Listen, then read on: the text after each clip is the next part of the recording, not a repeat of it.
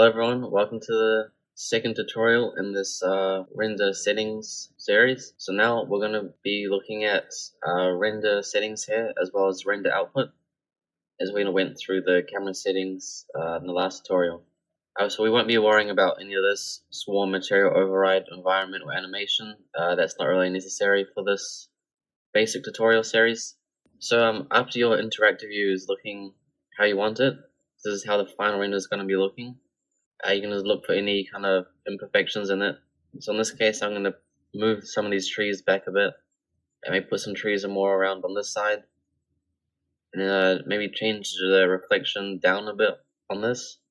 So this is a good way to see your render before you put the time in to set the final render, because the final render usually takes an hour or so to render out. So let's go ahead and make those changes.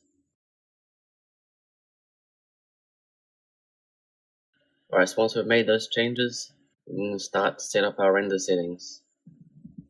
So we'll start off with render output here. I usually like to do it around according to the screen resolution, so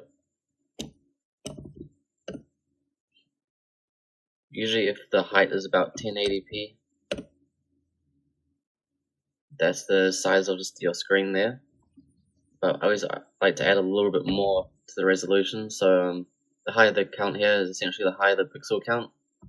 So the higher this number, the higher the quality of your render. However, there's no need to do insanely high resolution renders unless you're going to be like printing out on a really large screen or piece of paper or something. It's usually about anywhere between 1800-ish to 2,000 or 3,000 is more than enough. Just for like a simple computer rendering. The aspect ratio, this changes the shape of the screen. So you can see if I set it to 1:1, the image becomes a square image, the render. This is good for like, I don't know, Instagram or something. But usually we just go with 16:9, which is the same as the screen. So once we set that, we can close that and go to our render settings here. So we want to make sure it's interactive is deselected. So we'll do a proper render, and then we'll set the quality to high. There's usually no need to go for high plus, as that's more for like massive poster prints or like billboards and whatnot. So just high will be good. For your engine, I usually go CPU. RTX seems to have some issues sometimes, but I guess that depends on your setup.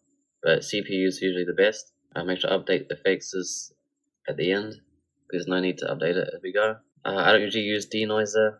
We can get into that in the more advanced tutorials, but for now, that's fine without it. And also make sure progressive is also deselected. So that's all for this tutorial. Before we hit render, in the next tutorial we'll go over render elements here.